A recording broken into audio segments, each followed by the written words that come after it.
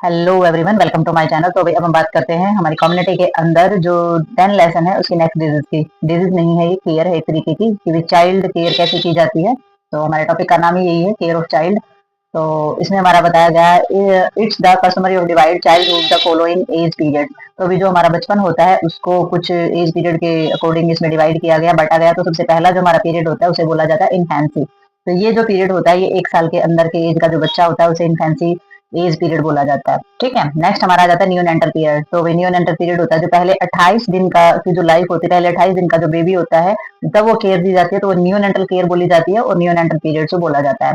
ठीक है, तो नेक्स्ट हमारा इसमें आ जाता है पोस्ट नेंटल पीरियड। तो पोस्ट नेंटल पीरियड होता है 28 दिन से लेकर के और 1 साल तक का जो बेबी होता है उसकी जो केयर की जाती है उसे पोस्ट नेंटल पीरियड या पोस्ट नेंटल केयर हमारी बोली जाती है।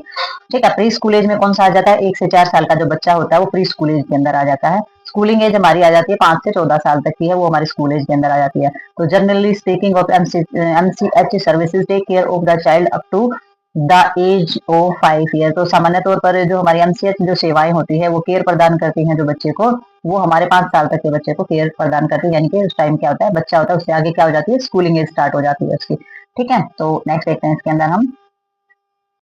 तो अभी सबसे फर्स्ट जो हमारा पीरियड होता है वो आ जाता है हमारा इन्फेंसी। तो इन्फेंसी पीरियड जो होता है उसमें बताया गया है कि मोस्ट डेवलप्ड कंट्री जो हमारे होते हैं उनमें approximately half and infant death occur during of the first 28 days in life neonatal periods. तो इसमें बताया जाता है कि जितने भी हमारे डेवलपिंग कंट्री है ना, उनमें ज्यादातर जो देखा जाता है इन्फेंट डेथ, यानी कि जो बच्चे होते हैं जो 28 दिन से कम के बच्चे होते हैं उनकी जो डेथ होने का जो खतरा होता है वो ज्यादा होता है, यानी कि ज्यादा बढ़ा हुआ है। तो जो न्यूनेंटल पीरियड होता है हमें cause of the neonatal death include. तो इसमें जो न्यूनेंटल की जो हमारी डेथ होती है उसके मेन कारण क्या क्या रहते हैं, लो बर्थ वेट, यानी कि कम वेट के साथ, कम वजन के साथ बच्चे का पैदा होना, इन्फेक्शन हो जाना किसी भी तरीके का, रेस्पिरेटरी इन्फेक्शन हो जाना, यानी कि रेस्पिरेटरी ट्रैक के ऊपर किसी तरीके का इन्फेक्शन हो जाना, और डायरिया, जो हमारा डायरियोसिस यानी कि दस्त वगैरह बच्चे को लगना, और जो हमारे स्किल्स ऑफ बर्थ इंजरीज या जन्म के समय किसी भी प्रकार की चोट लगना, या लेबर जो है वो यानी कि जो डिलीवरी का जो टाइम है बहुत लंबा खिंच जाना, लेबर का जो समय होता है, यानी कि बच्चे के जन्म जब लेता है बच्चा तो उसमें बहुत ज्यादा टाइम लग जाता है, तो उसमें बहुत ज्यादा स्ट्रेस हो जाता है। तो ये कारण रहते हैं बेबी की डेथ के। तो इमीडिएट केयर के अंदर हमारा क्या दिया जाएगा, इमीडिएट केयर जो दी जाती है बेबी को उसमें कंसिस्ट किए जाते हैं हमारे कुछ एलिमेंट। तो उस एलिमेंट के अंदर हमारी कौन सी होती है, सबसे पहले हमारा आ जाता है रेसिस्टेशन आ जाता है। रेसिस्टेशन के अंदर क्या आ जाएगा कि बच्चे को पूर्ण जीवन स्थापना आप कैसे करेंगे। तो इसमें बताया कि soon as the head is born liquor the vaginal material should be the wiped gently away from the mouth and nose. तो जैसे ही बच्चे का सर बाहर आता है जन्म के समय, जैसे ही बेबी का सर बाहर आएगा तो क्या करना है, उसमें जो भी लिक्विड है वेजाइनल मटेरियल जो भी है बेबी के माउथ के अंदर जो चला जाता है उसे सामान्य रूप से अच्छी तरीके से माउथ और नोज से साफ कर देना है। ठीक है, if there is too much mucus, और अगर बहुत ही ज्यादा मात्रा में म्यूकस है तो जो ओरोफेरेंक्स होती है should be the cleared by the suction with the mucus extractor. तो वही जो हमारे एक्सक्रेटर होता है यानी कि जो सक्शन मशीन होती है, अगर बहुत ही ज्यादा मात्रा में म्यूकस बेबी के नाक में या माउथ के अंदर हो गया है तो उसे साफ करने के लिए एक्सक्रेटर जो मशीन होती है उसका उपयोग किया जा सकता है बेबी को का जो म्यूकस होता है उसको सक्शन करने के लिए। ठीक है, तो सून आफ्टर बर्थ, और जन्म के जल्दी बाद baby must breathing and the cry of infant his her lungs. तो इसमें बेबी के जन्म होते ही बहुत ज्यादा जल्दी उसका जो रोना होता है ना वो बहुत ज्यादा जरूरी होता है इन्फेंट का। ठीक है, क्योंकि वो रोएगा तभी वो मतलब कि सांस लेना और जो रोना होता है वो बहुत ज्यादा जरूरी माना जाता है, क्योंकि इसमें क्या होता है, इसमें जो लंग्स हैं वो एक्सपैंड होते हैं। अगर बेबी रोएगा नहीं तो वो सांस नहीं ले पाएगा, क्योंकि जो लंग्स है वो एक्सपेंड नहीं हो पाएंगे। तो नॉर्मल न्यूबॉर्न जो हमारे होते हैं may be held upside down the his and her feet to allow the swallowed secretions of flow out and the clear the airway. तो इन्होंने बताया है कि जो बेबी होता है, लड़का हो या लड़की, मतलब कि जो बेबी होता है उसको उल्टा लटका, मतलब कि पैरों से पकड़ के लटकाया जाता है, क्योंकि अगर उसने कोई सिक्रेशन स्वेलो कर लिया, यानी किसी भी प्रकार का जो स्राव है, लिक्विड है, अगर उसने निगल लिया है तो वो बाहर आ जाता है और जो उसके सांस का जो पूरा का पूरा एरिया होता है वो क्लियर हो जाता है।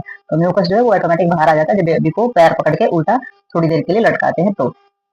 तो इसमें जो माउथ है, जो नोज होते हैं wiped with the piece of the sterilized gauze wiped round the little finger. तो आपने जो छोटी उंगली के ऊपर जो स्टरलाइज्ड गेज जो आपने लपेटा हुआ है उसे आप क्या करेंगे, बेबी की नाक और जो माउथ के ऊपर लगा हुआ किसी भी तरीके का म्यूकस है वो आपने वहां से साफ कर देना है।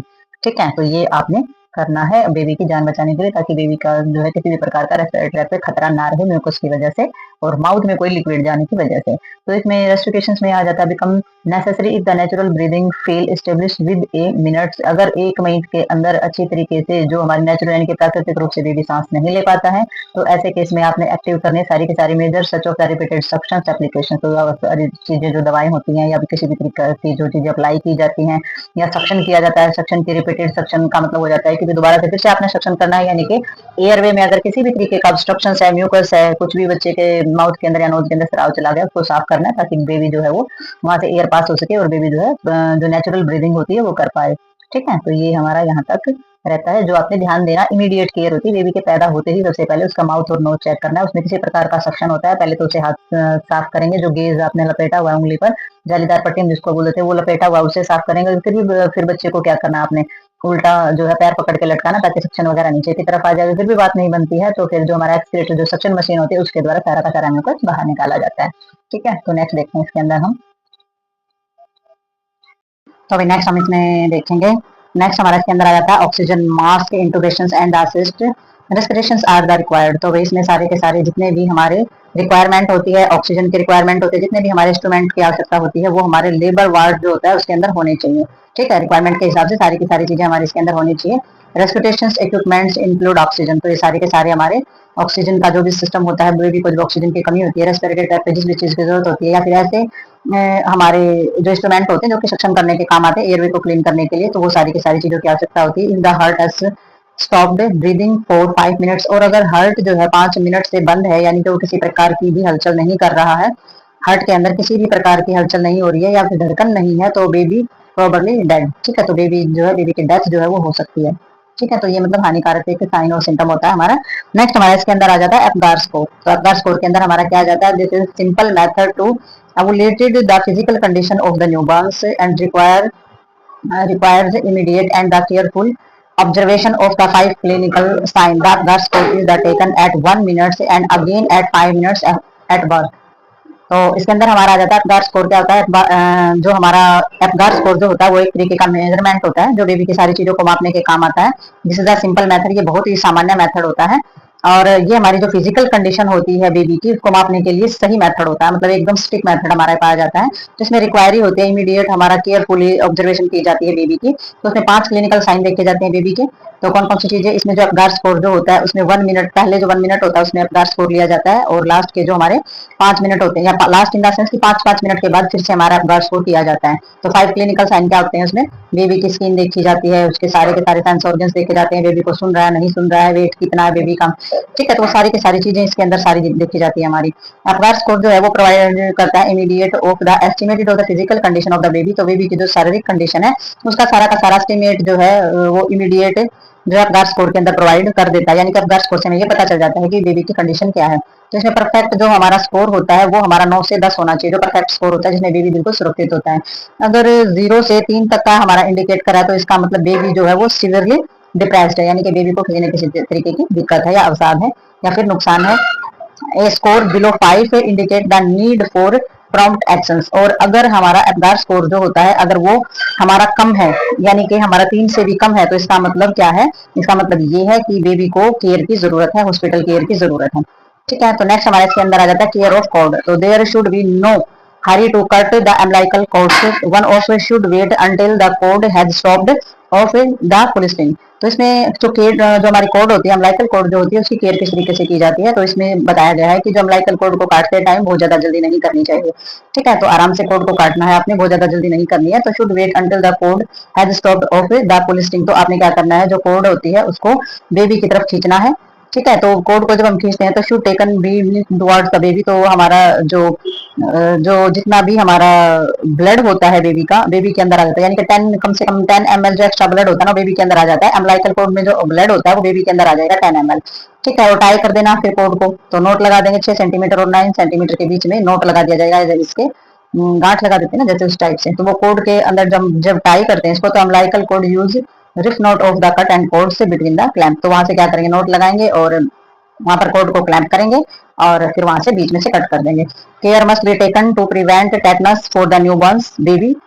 यूजिंग। तो इसमें क्या करना है आपने, बेबी को की कोड जो आप क्लेम करते हैं या कट करते हैं तो उसमें किसी भी प्रकार का टेटनस होने का खतरा जो है उससे बेबी को बचा के रखना है। तो किसी प्रकार के टेटनस की प्रॉब्लम बेबी को नहीं होनी चाहिए, इन चीजों का ध्यान रखेंगे। ठीक है, तो नेक्स्ट देखते हैं इसके अंदर हम। और जब भी आप कोड क्लैम्प करते हैं तो इसमें properly sterilize instrument of the cord tie. ठीक है, तो आप कोड को जब टाई करते हैं तो आपने के जो इंस्ट्रूमेंट है, जितने भी आपके उपकरण हैं, वो सारे के सारे स्टरलाइज होने चाहिए, यानी कि रोगाणु रहित हमारे होने चाहिए। It is essential to apply of the antiseptic preparations. तो इसमें क्या है, essential to apply an antiseptic preparation. तो इसके अंदर जो बहुत ही जरूरी जो एंटीसेप्टिक जो तैयारियां होती हैं वो हमारी की जाती हैं बेबी की कोड के लिए, यानी कि 1% हमारा इविटेंस जो हमारा स्टार्च पाउडर जो होता है वो लिया जाता है। 1% हमारा जो ट्रिपल जो डाई होती है और अल्कोहलिक जो हमारा सोल्यूशन होता है, बीटाडीन होती है, वो हमारा लिया जाता है on the code clamp in the skin round of base. तो जो हमारी कोड जहाँ से कट की जाती है तो आगे से जो कट किया जाता है हिस्सा, उसके जो राउंड बेस होता है वहां पर ये लगाया जाता है। ठीक है, जहां से कट होगा। तो cord should be the kept as dry and possible, और जितना हो सके ध्यान रखना है कि कोड का ये हिस्सा जो है वो सूखा रखना है, भीगना नहीं चाहिए। It dry of the survival up to separate by the aseptic necrosis it 5 to 8 days. तो 5 से 8 दिन में क्या हो जाएगा, 5 से 8 दिन में सूख करके जो हमारी एसेप्टिक जो चीजें हैं, मतलब कि एसेप्टिक चीजों के आधार पर वो सूख करके, यानी कि एम्ब्लाइकल कोड जो अपने आप ही झड़ जाती है, परिगलन हो जाता है, यानी कि नेक्रोसिस हो जाता है उसका। ठीक है, सूख करके 5 से 8 दिन में अपने आप ही वो गिर जाएगी। तो ये जो हमारे जो घोल होते हैं ये हमारे फ्रेशली बनाए जाते हैं और इसका इस्तेमाल किया जाता है कोड को बिल्कुल क्लीन करने के लिए और कोड को परिगलन करने के लिए, नेक्रोसिस करने के लिए 5 से 8 दिन के अंदर। ठीक है, तो इसमें क्या होता है, इसमें जो कोड होती है किसी प्रकार का इन्फेक्शन भी नहीं हो जाता। कई बार बारिश के मौसम में या ठंड के मौसम में शिशु को इन्फेक्शन भी कोड के अंदर हो जाता है, तो उस चीज का हमें पूरा ध्यान रखना है। और नेक्स्ट, अगर कोड अच्छे से क्लैंप नहीं होते उसमें से ब्लीडिंग, रिसाव वगैरह वो समस्या भी हो सकती है, तो उनका भी ध्यान रखना है। अच्छे से कोड को अच्छे से क्लैंप करना है और अच्छे से बांधना है। तो नेक्स्ट हम देखेंगे इसमें केयर ऑफ आईज। तो बेबी की केयर जो की जाती है आईज की वो कैसी होती है हमारी, तो इसमें बताया गया before the eyes are open. तो वही आंखें खोलने से पहले आप क्या करेंगे, lid margin of the new born should be the clean with the sterilized wet swab 1 for each eyes. तो आपने क्या करना है, बेबी आंखें खोले उससे पहले जो बेबी की आईलिड्स होती है ना, जो पलके होती है न्यू बॉर्न के, उसको क्लीन करना है। स्टरलाइज्ड स्वैब जो होता है, कॉटन का जो फावा होता है, तो उससे आपने लेना है, वो गीला करना है अपने सोल्यूशन के अंदर और बेबी की जो आईज है वो साफ करनी है। ठीक है, तो इसमें आ जाता है आपका instil drop of the freshly prepared silver nitrate solution. तो आपने जो ये जिस भी तरीके का जो आप ड्रॉप डाल रहे हैं उसको फ्रेशली तैयार करना है। जो हमारा सिल्वर नाइट्रेट सॉल्यूशन जो तैयार किया जाता है 1% इनटू आइस, तो आइस के अंदर 1% जो है वो क्या किया जाता है, ड्रॉप किया जाता है, एक बूंद जो है वो डाली जाती है। और अल्टरनेटिवली जो हमारा सिंगल एप्लीकेशन किया जाता है उसमें टेट्रासाइक्लिन से जो है 1% आइस के अंदर डाला जाता है, या ऑइंटमेंट होती है वो भी हमारी की जा सकती है, वो भी अप्लाई की जा सकती है बेबी की जो आइज होती है उसमें किसी भी प्रकार के संक्रमण या इन्फेक्शन से बचाने के लिए। अब थोलमिया हो जाए अगर, तो उससे बचाने के लिए उसके विरुद्ध ये हमारी ऑइंटमेंट में अप्लाई की जा सकती है। टेट्रासाइक्लिन भी अप्लाई की जा सकती है। और जो सिल्वर नाइट्रेट का ड्रॉप है ये तो टपकाया जाता है बेबी की आइज को साफ करने के लिए। At the time of bath water should not be the allowed to run into the eyes. और जब आप जिस भी टाइम आप बेबी को नहला रहे हैं तो ध्यान रखना है, आपने ध्यान रखना चाहिए कि पानी जो है वो बेबी की आइज में नहीं जाना चाहिए, तो आंखों के अंदर पानी नहीं जाना चाहिए। Any discharge from the eyes of an infant of the pathological and the call for the immediate treatment. तो अगर किसी प्रकार का डिस्चार्ज बेबी की आइज से आ रहा है, बेबी की आंखों से किसी प्रकार का पानी वगैरह आ रहा है इन्फेंट की आंखों से, तो ये रोगजनक हो सकता है हमारा, तो आपने इमीडिएट क्या करना है, उसका इलाज जो है वो स्टार्ट कर देना है। ठीक है, तो नेक्स्ट देखते हैं इसमें हम। तो अभी नेक्स्ट हमारा इसके अंदर आ जाता है skin of care of the skin. तो स्किन केयर के अंदर हमारा आ जाता है when the baby is a few hour old. अगर बेबी का जन्म हुए कुछ ही घंटे हुए हैं तो the first bath is given with soap and warm water to remove the vernix और मिनिकम्स एंड ब्लड क्लॉट। तो भाई ब्लड क्लॉट, तो इन्होंने बताया है कि जब बेबी का जन्म हुए कुछ ही घंटे हो जाते हैं तो बेबी का जो पहला बात होता है उसमें साबुन और गर्म पानी के साथ बेबी को नहलाना है, क्योंकि वर्निक्स जो वैक्स वगैरह जो सफेद रंग का जो पदार्थ बेबी के ऊपर चिपका हुआ होता है, मिनी कॉनियम जो हमारा होता है, यानी कि बेबी का जो मल लगा हुआ होता है और ब्लड क्लॉट जो लगे हुए होते हैं उनको साफ करने के लिए, तो उनको रिमूव किया जाता है। तो care should be taken note with umbilical code eight the time of the bath. तो ध्यान रखना है, आपने बिल्कुल ध्यान रखना चाहिए इस चीज का कि जब आप बेबी को नहला रहे हैं तो उसकी एम्ब्लाइकल कोड जो है वो गीली नहीं होनी चाहिए, उसको आपने ड्राई रखना है। तो the first bathing is done by the nursing staff. को जो पहला बात होता है वो नर्स के द्वारा पूरा किया जाता है। स्टाफ नर्स जो होती है वो नहलाएगी बेबी को, जो पहला बात कराएगी वो तो केयरफुली रहेगी इस चीज के लिए कि कोड जो है वो नहीं भीगनी चाहिए, और जो भी जिस भी तरीके के वन एक्स मिनिकम से ब्लड क्लॉट है उनको अच्छे से साफ कर देगी। ठीक है, therefore the further bathing is necessary until the day before discharge. तो वही जब पहला बात कराया जाता है तो जब डिस्चार्ज होता है बेबी का और मदर का जो डिस्चार्ज होता है, यानी कि घर जाने वाले होते हैं, तो उससे पहले दिन तक नहलाने की आवश्यकता फिर नहीं होती है। ठीक है, तो इन कोल्ड वेदर और जो ठंड का जो मौसम होता है तो baby should be bath quickly and not expose to chill. तो आपने क्या करना है, अगर ठंड का मौसम है तो बहुत ही जल्दी बेबी को नहला देना, तो बेबी को जो है ठंड ठंड नहीं लगनी चाहिए, इस बात का ध्यान रखना। बहुत ही जल्दी से नहलाएंगे और कपड़े में रैप कर देंगे तो बेबी को ठंड से बचा के रखना आपने। After the bath of the baby may be the powder with the standards baby powder and the wash of clean cloth. तो आपने क्या करना, बेबी को जल्दी से नहलाना है और पाउडर वगैरह डालना है। स्टैंडर्ड्स बेबी पाउडर जो हमारे होते हैं, ये नहीं है कि कोई भी पाउडर आपने नहीं लगाना, जो बेबी पाउडर होते हैं जो कि सॉफ्ट होते हैं, जिसमें किसी हार्म केमिकल जो नहीं होते हैं, जो बेबी की स्किन को प्रॉब्लम करें, तो इस तरीके के जो बेबी के जो पाउडर होते हैं वो पाउडर आप लगाओगे और उसे कपड़े में वॉक करोगे। ठीक है, तो बेबी को कपड़े में लपेट देंगे। When ever the napkin change the mother must clean up the baby bottom herself. और अगर बेबी का नैपकिन चेंज करना है, ठीक है, डायपर वगैरह अगर बेबी का चेंज करना है तो मदर उसे खुद करे और बेबी का जो बॉटम एरिया होता है, हिप का जो एरिया होता है, उसे भी स्वयं साफ करे, अपने आप से उसको साफ करे। ठीक है, तो नेक्स्ट इसमें आ जाता है वही हमारा 6 में आ जाता है maintain of the baby temperature. तो बेबी के टेम्परेचर यानी कि तापमान को किस तरीके से मेंटेन रखेंगे हम, तो इसमें बताया all new born infant are the vulnerables to cold specially in winter month. तो भी जितने भी हमारे जो न्यू बॉर्न बेबी होते हैं तो उनका टेम्परेचर को इक्वल रखना यानी कि टेम्परेचर को नॉर्मल रखना बहुत ज्यादा जरूरी होता है, स्पेशली जो सर्दी के दिन होते हैं उनमें ज्यादा ध्यान रखना होता है। They should be dried immediately and the well covered of the order prevent heat loss for the evaporations and give to the mother for the breast feeding. तो इन्होंने बताया कि आपने क्या करना है, बेबी को जो है जल्दी से, अगर आपने नहलाया है तो जल्दी से मतलब कि सूखा रखना immediately for the well covered, यानी कि अगर आपने नहलाया भी है ना बेबी को, तो बेबी को अच्छे तरीके से आपने कवर्ड रखना है। ठीक है, तो आपने किस चीज है, जब आप नहलाते हो तो तुरंत से उसे उड़ा दोगे, मतलब कि जो हीट होती है ना उसकी, तो हीट जो है वो वेपर नहीं यानी कि भाप बन के नहीं उड़नी चाहिए, वो हीट है जो अंदर के अंदर रह जाए, इसलिए गर्म पानी से नहलाते हैं उसे कपड़े में लपेट देना चाहिए ताकि जो भाप बन के जो हीट है वो बाहर ना निकले, वो अंदर ही रहे और उस कपड़े में लपेटे लपेटे ही उसको मदर को दे देना चाहिए ताकि वो ब्रेस्ट फीडिंग करा सके, बच्चे को स्तनपान कराया जा सके। और practice such of the separating in infant from the mother for the first 12 to 24 hour in life are harmful. और वही प्रैक्टिस के अनुसार अगर हम देखें तो इसमें माँ और बच्चे को, मतलब कि बच्चा जो होता है 12 से 24, जो पहले 12 से 24 घंटे होते हैं उसमें बच्चे को माँ से बिल्कुल भी अलग नहीं रखना चाहिए, वो हानिकारक होता है। यानी कि शुरू के 12 से 24 घंटे के बीच का जो समय होता है उसमें बेबी के पास ही रखना चाहिए, बेबी को पास ही रखना चाहिए, मतलब मदर के। ठीक है, तो मदर की देख रेख में मदर के बिल्कुल क्लोज बेबी को रखना चाहिए। ठीक है, तो ये हमारी होता है यहीं पर टॉपिक खत्म। तो मिलते हैं नेक्स्ट टॉपिक में और नेक्स्ट वीडियो के साथ, तब तक के लिए